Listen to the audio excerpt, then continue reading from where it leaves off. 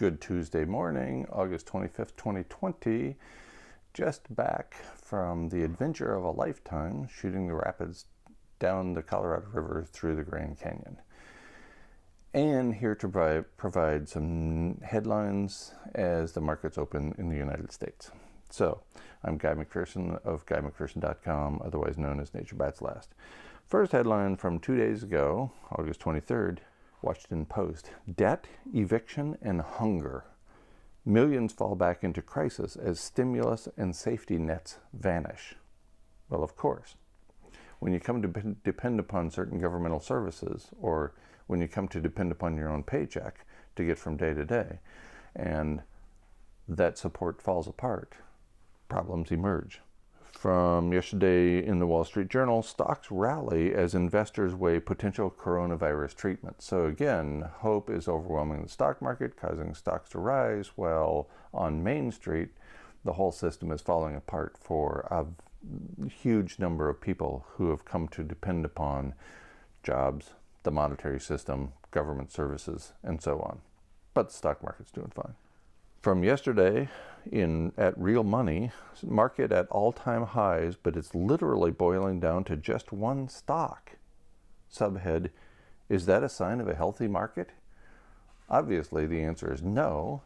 The one stock is Apple, and it drove the market yesterday, Monday, to record highs. So, there you have it.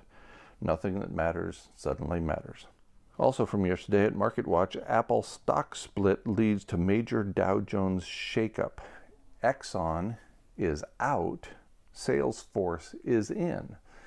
Longtime member of the Big 30 that comprise the Dow Jones Industrial Average, ExxonMobil, is out of that group.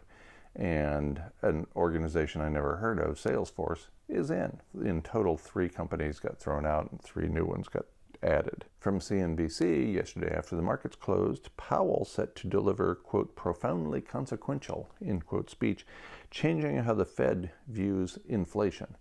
Instead of trying to increase the standard, quote, inflation rate set by the Federal Reserve to try to slow down runaway growth, we're headed the other way because we're in the midst of a crisis greater than the Great Depression. This is a deflationary spiral that we're in.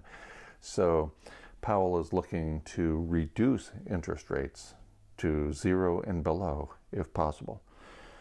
That from yesterday after the markets closed. From ProPublica, black workers are more likely to be unemployed, but less likely to get unemployment benefits.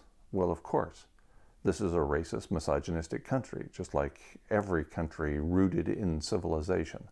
So, of course, the actions, the overall effect of societal actions is to provide disincentives and lack of benefit for people of color. From Bloomberg last night, they beat COVID, but debilitating effects and economic costs may linger for years. Yes, as I've been saying seemingly for years, even though COVID hasn't been around that long. We're in the midst of a pandemic. The impacts are going to play out for many years to come and probably will result in the extinction of Homo sapiens and many other species, perhaps all life on Earth, as a result of the loss of aerosol masking.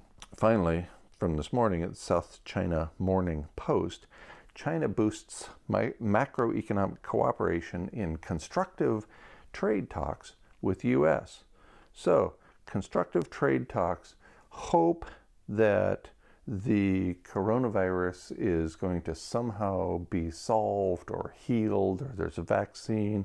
Anyway, it's all about the hope. So we go to the markets now. It's 9:34 Eastern time in the morning, including the 30-minute leg of the stock market opening. And stocks are mixed and essentially unchanged. Dow Jones Industrial Average is down about 8 points. NASDAQ is barely up. S&P 500 is barely up. So There you have it, in the land where nothing makes sense. I finally feel back at home after the adventure on the river where things actually sort of made sense because it was the natural world.